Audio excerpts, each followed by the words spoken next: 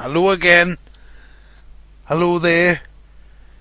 If there's anybody out there, anybody sensible out there in the irradiated wastelands of the northeast of England or further afield, this is Geoff Anderson again, making me second broadcast appeal over the emergency network, appealing for any other human survivors or otherwise, it doesn't matter what you are.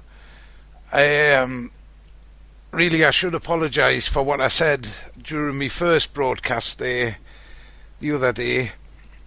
I inadvertently said perhaps some very hurtful things when I asked for any survivors who weren't either mutants or cannibals. First of all, I apologise for the language I used. I do realise that the term cannibal can be offensive to a lot of people who eat other people, and I do realise that the modern term is omnivore. So I am sorry for any discrimination I've inadvertently, through fear and ignorance, implied towards the omnivorous community out there, and the same goes for the misshapen mutants. I mean, for the genetically different community. So that's a sincere apology I'm making there, and I really do hope from the bottom of my heart that I haven't offended anybody. Right. Well, just to get you up to speed, if anybody is listening, nothing much has changed here with my situation. I'm still eking out an existence in the basement of little supermarket here in South Shields. I'm very grateful to be here. Like I said, I do realise in an irradiated wasteland where millions of people have died, either in the instant flash of the nuclear warheads that fell, or slowly and painfully due to radiation and poisoning. I'm a very lucky man here to have everything me heart could desire. Well, just about everything me heart could desire. As I mentioned on the first broadcast, I am very keen to get my hands on a DVD player. It's I'm in the unfortunate situation here. Although I have all the food and water, toiletries, camping equipment, sweets, exotic German sausages that I could ever want, I am a little bit short on entertainment, and the loneliness which I have felt over the last year since the nuclear holocaust does weigh quite heavily on my shoulders, and I reckon that a DVD player would sort a lot of that out. I'm not complaining about my situation. I can't stress that enough, but I do admit at times maybe I do have a little bit too much choice. That's I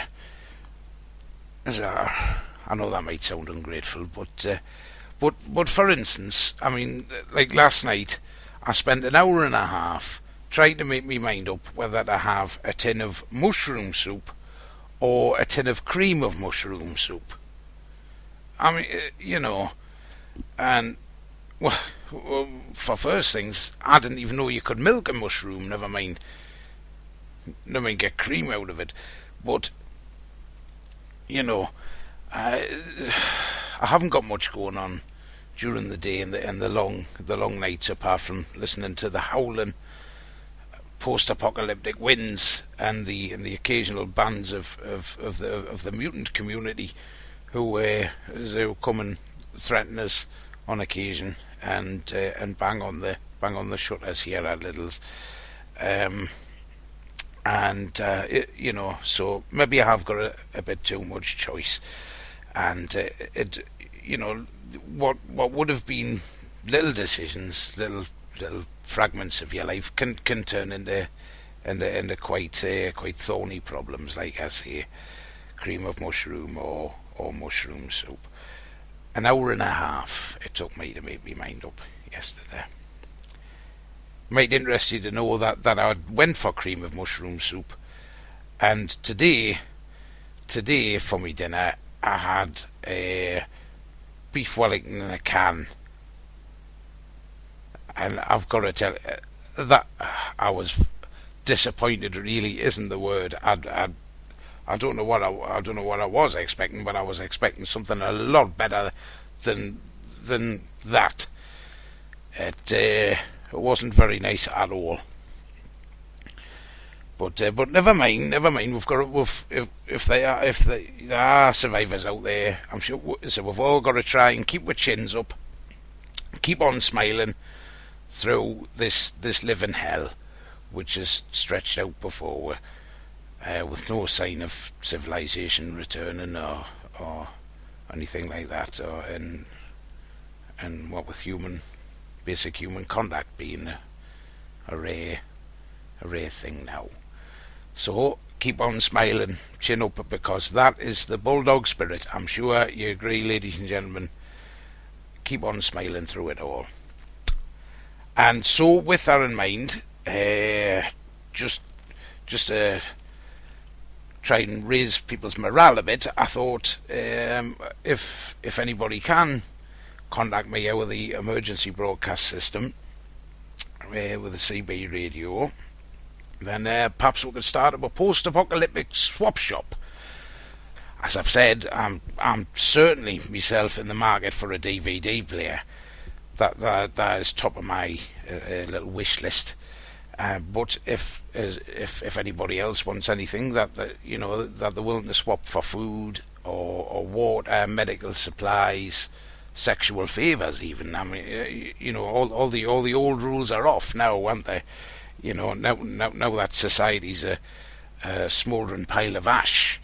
Maybe don't have to worry about propriety and such like we used to.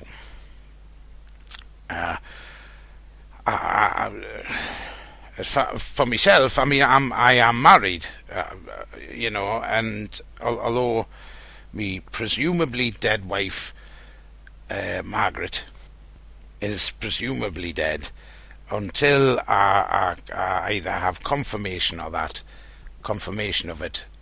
or come to terms with it properly, I will be remaining celibate. Of course, I'm a red-blooded man like anybody else, as I do have to relieve the pressure now and again, but that does not count as adultery. That's for certain. As there's nothing in the Bible that says that a man cannot release his essential jisms just to keep the body healthy. Keep Baden-Powell, I mean, he was a great exponent of fresh air, exercise, and expunging essential jisms from the body to save any sort of unhealthy blockages and back up in the body, which can do untold damage to the body's essential systems. So I just thought I'd clear that up. Obviously, I'm not expecting a sexual free-for-all, do what you like,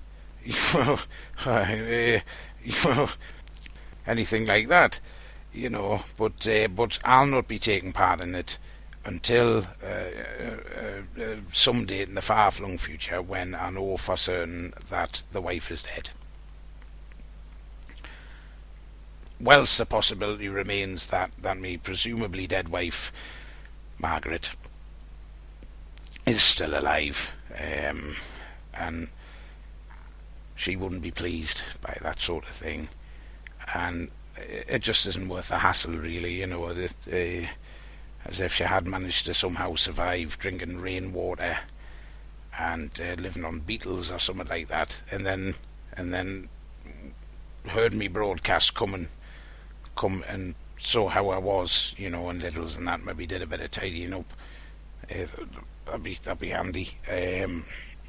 I would want that reunion to be a happy one, not for her to be accusing me of being a sexual libertine with maybe dozens of women for chocolate or anything like that. I have got a lot of chocolate actually here in Littles, but that's maybe a conversation for another day. So if anybody has anything they want to swap, please feel free to contact me, Geoff Anderson, here at the Emergency Broadcast System. That'd be excellent. I think we've got to do everything we can to try and keep our spirits up.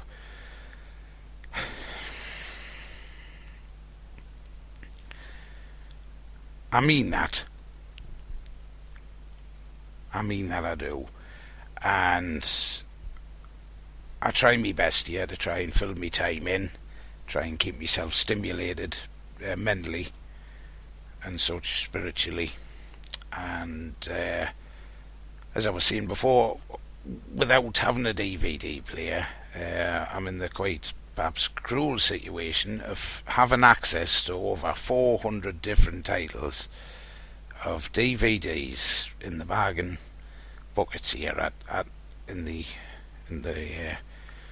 underground section of Lidl's, and nothing to play them on, and all I can do is read the backs of the DVD covers and try and imagine what these films are like. The plot twists, the characterization,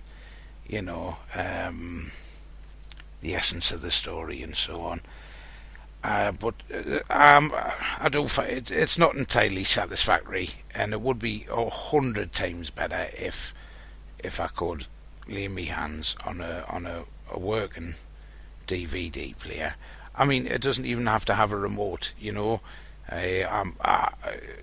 beggars can't be choosers when most of the world is is dead or dying or mutated. So I wouldn't mind just manually pressing the buttons, fast forward and reverse and stop and pause and all of that. No need for it to have a remote control. Don't let that put you off if you're out there in a little bunker sitting on a DVD player, and you'd maybe like half a pallet of asparagus, frozen asparagus, something like that, or sweet corn, or cream of mushroom soup, or beef Wellington in a tin for your trouble. I thought, just to kill a little bit of time while I'm waiting for anybody human friendly sections of the mutant community, or maybe cannibalistic people who are more interested in friendship at the minute than eating me flesh. So I thought, just for a bit of fun, lighten the mood that we've all laboured under for over a year after the apocalypse and all that death, mega death. That's what they call it. I seem to remember the death of millions of people all in one go. Mega death, that's called. Then that's what we've seen. Although I didn't see it, because, as I mentioned in my last cast, I was stuck on the toilet here in Little's, but I heard it all right, and that is a sound I'll never forget, and I'm very thankful for being where I was when I got such a big fright. So, just to lighten the mood, I thought maybe I could share one of the DVD covers with you, and we can all just in our own mind's eye try and enjoy the story without watching it. I'll just pick one at random. Here you go. Right. I'm not entirely sure if this is a comedy or something or horror. I think a Blood Bastard 2 it's called. And then I'll just read the back, a little bit off the back there. Right. This is from the makers and producers of Wheelchair Maniacs and Jason vs. the Amish. Blood Bastard 2 tells the harrowing tale of a disabled baby who has grown into a monster. 20 years ago tonight, little Ricky was cruelly abandoned by his uncaring mother to be found and raised in the sewers of New York by gigantic rats hooked on the crack that is routinely flushed down the city's toilets in drug raids. Now, little Ricky is back, and he wants revenge on the society that spurned him because of his ugly, distorted face. Tonight, little Ricky is Blood Bastard 2, and nothing will sate his hunger for murder and crack. It's starring Kimbo Slice, Gregor Fisher, Simon Callow, and Vane Tempest. I'm not entirely sure who all of them are like, but it looks like a really good film. This, as far as I can imagine in my mind's eye. Blood Bastard 2, excellent by the looks of it.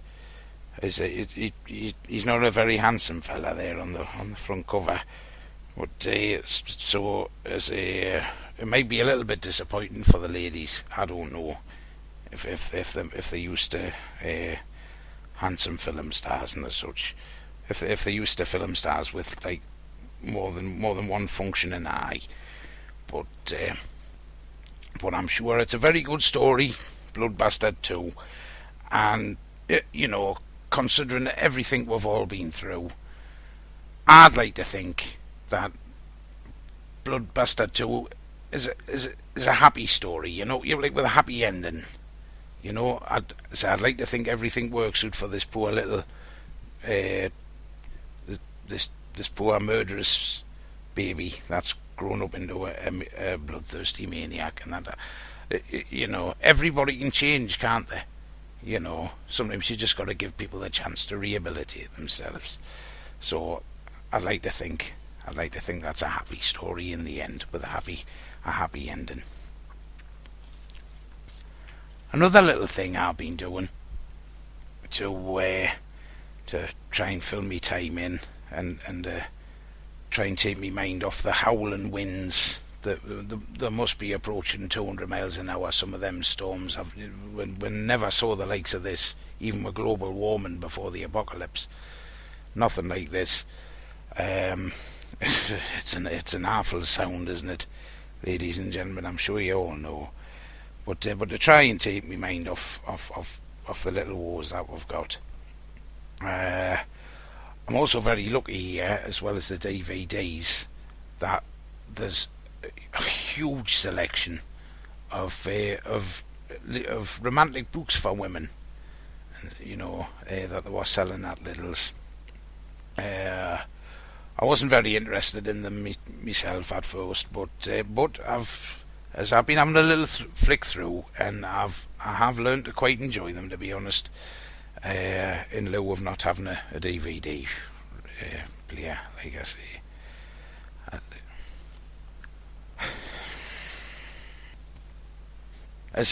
There's a whole range of romantic books here, like from wills and probate publications, and very interesting art too. I've got a copy of one here. It's a very heartwarming tale by the look of it.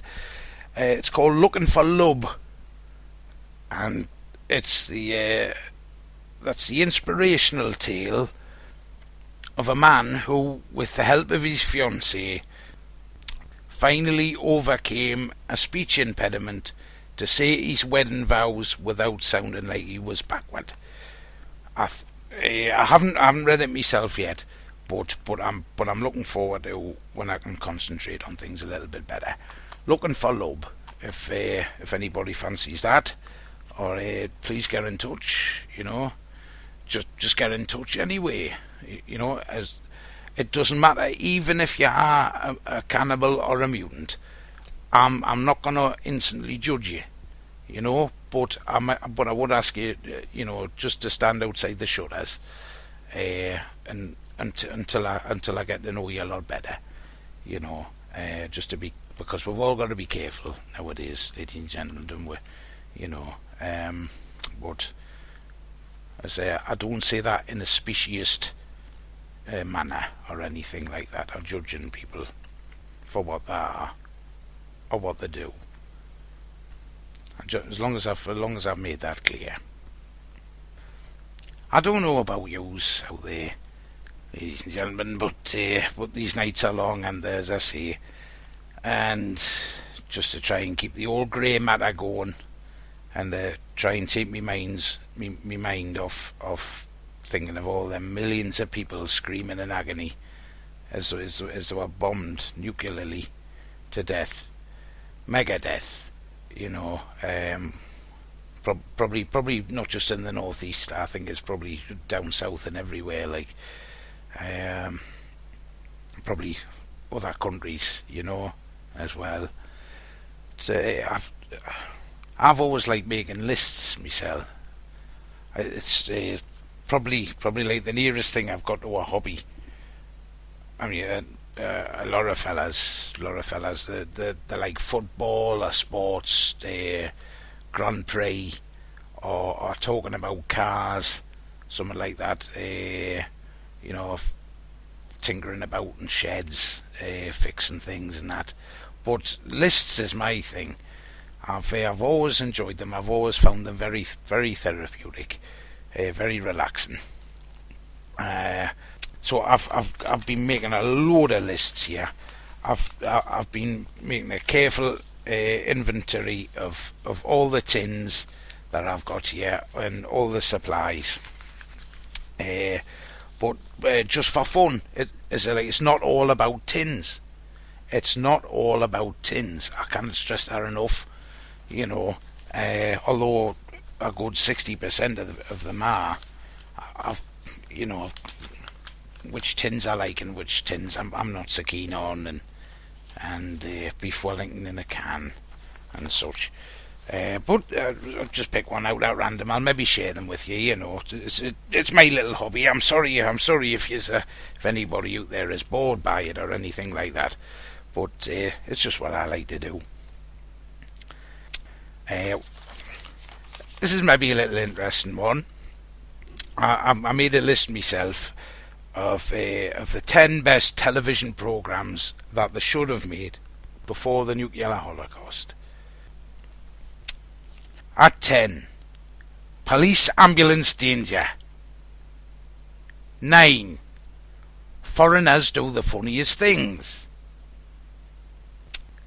8, Parkinson's, a celebrity chat show not hosted by Michael Parkinson, like you might have expected, but actually hosted by people with Parkinson's disease. Just light-hearted chat and banter. Nothing hard-hitting or controversial. I mean, how hard-hitting could you be when you cannot really make a fist for starters? Bless them. I can't stress that enough, As I'm not making fun of people there. I think it would just be nice for them because a lot of them people are stuck in the house, and they could take turns every week. They could have a different sufferer of Parkinson's, just having a chat with celebrities. There should have been more than that. There should be more ordinary people on the telly. That's what I think. Instead of these celebrities earning millions every week, for the same old rubbish that should get some disableds on.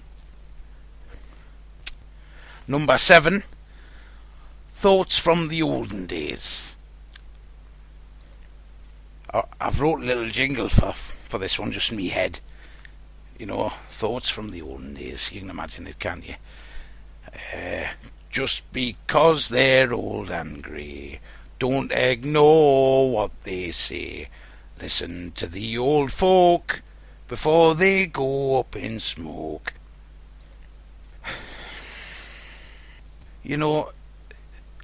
Society could, well, there still was a society could have benefited, from having old people talk to the young people on the telly and put them straight on things,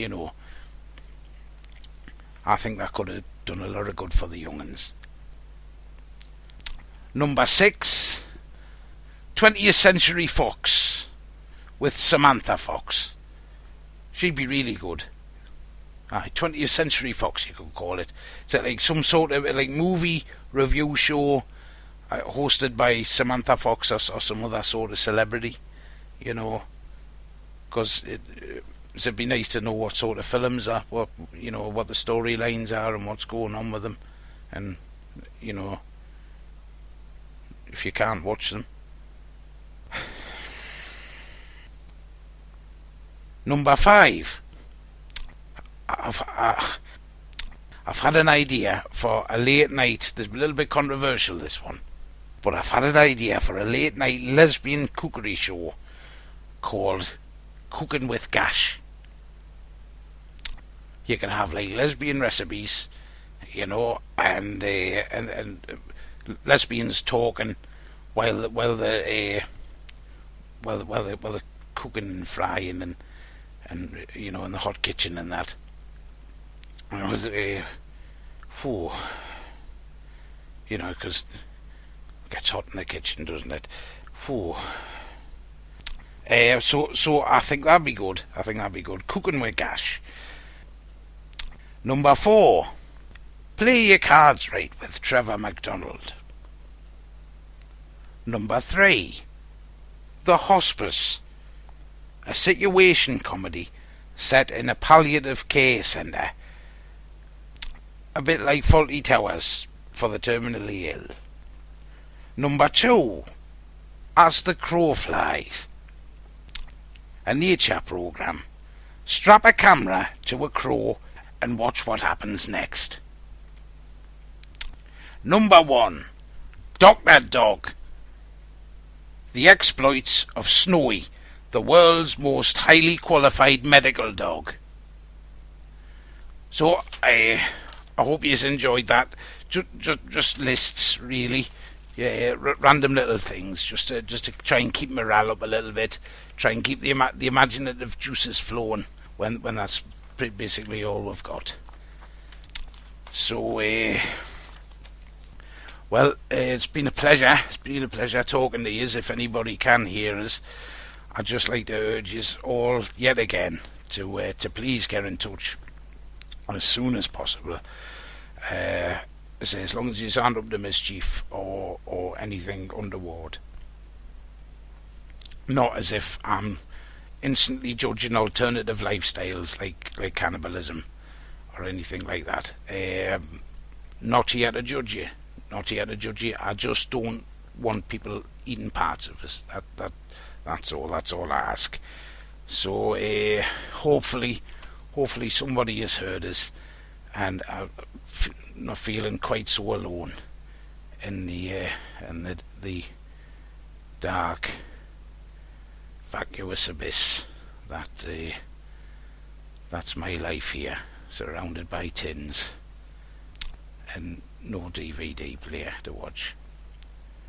So thank you very much, and please get in touch soon. All the best for now. Thank you. Geoff Anderson, Little's Basement, South Shields. Thank you.